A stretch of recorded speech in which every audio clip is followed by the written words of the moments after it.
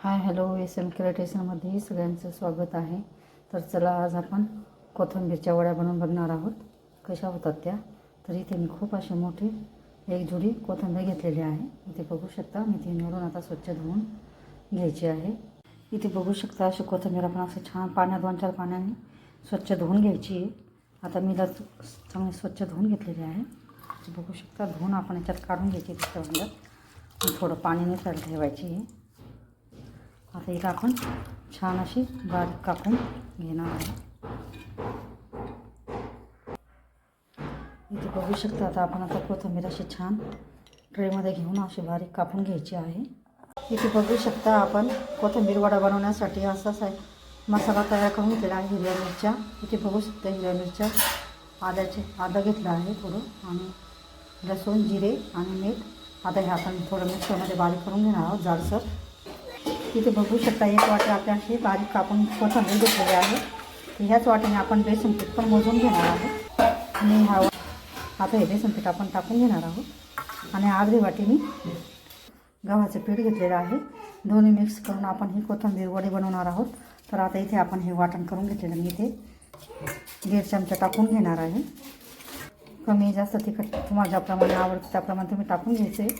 मी इथे जेवढं तिखट दळलेलं आहे तेवढं मी टाकून घेणार आहे. याच्यात हळद अर्धा चमचा आणि आहे अर्धी वाटी मी कोथिंबीर ज्या वाटीने मोजून घेतलं होतं त्या अर्धी वाटीने बेसनाचं पीठ घेतलेलं आहे. तर आता आपण याच्यात दळलेलं वाटण टाकून घेतलेलं आहे 1.5 चमचा, आणि आता अर्धा चमचा आपण हळद टाकून घ्यायची.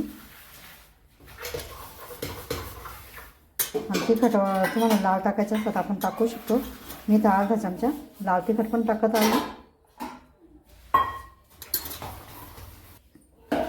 इथे बघू शकता आता ह्या कोथिंबीरला आपण टाकलेलं पीठ असं छान मिक्स करून घ्यायचं आहे, कारण याच्यामध्ये पाणी सुटतं ह्या कोथिंबीरला.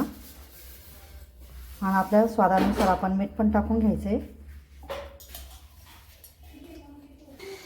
इथे बघू शकता आता आपण कोथिंबीर आणि हे बेसनाचं पीठ एक वाटी आपण कोथिंबीर बारीक टाकून घेतली आहे आणि एक कोथिंबीरला हे छान मिक्स करून घेतलेलं आहे. इथे बघू शकता अशा पद्धतीने. आता इथे बघू शकता असं आपण छान असं घट्ट पीठ मळून घेतलेलं आहे कोथिंबीर वडीसाठी. आता आपण याच्यात थोडंसं अर्धा चमचा तेल टाकून घेणार आहोत. इथे बघू शकता असा उंडा आपण मळून घेतलेला आहे याचं पीठ. आता इथे आपण छोट्या ताटाला असं तेल लावून घेतलेलं आहे. आता याच्यावर आपण हे थापून घेणार आहोत.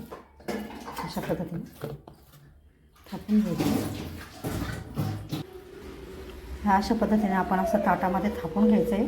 आता कढईमध्ये पाणी घेऊन त्याच्यात आपण ही जाळी ठेवून घेणार आहोत. अशा पद्धतीने जाळी ठेवून घ्यायची आणि आता आपण ही वाफवायला ठेवणार आहोत. इथे बघू शकता आपण कढईमध्ये असं पाणी टाकून घेतलेलं आहे 2 ग्लास. त्याच्यामध्ये अशी जाळी ठेवून घेतलेली आहे.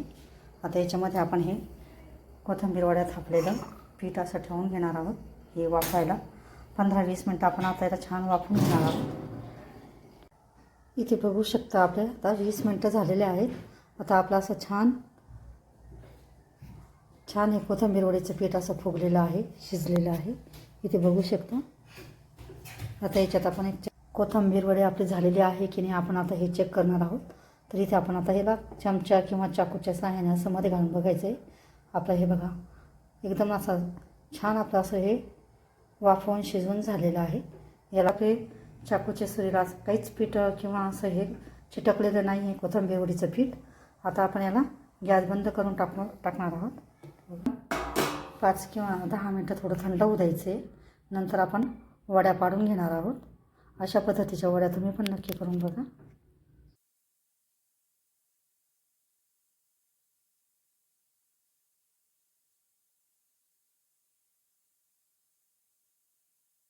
अशा आपण छान अशा वड्या कट करून घेतलेल्या आहेत.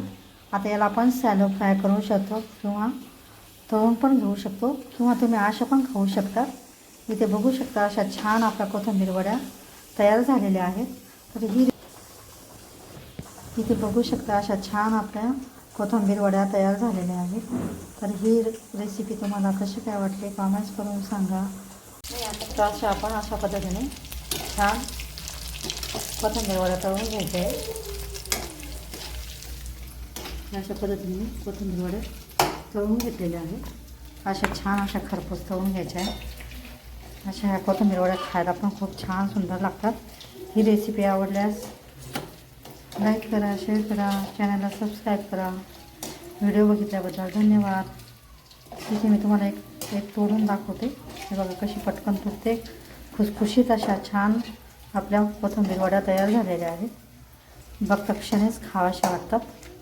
अशा पद्धतीच्या वड्या तुम्ही पण नक्की करून बघा. रेसिपी आवडल्यास लाईक करा, शेअर करा, सबस्क्राईब करा. व्हिडिओ बघितल्याबद्दल धन्यवाद.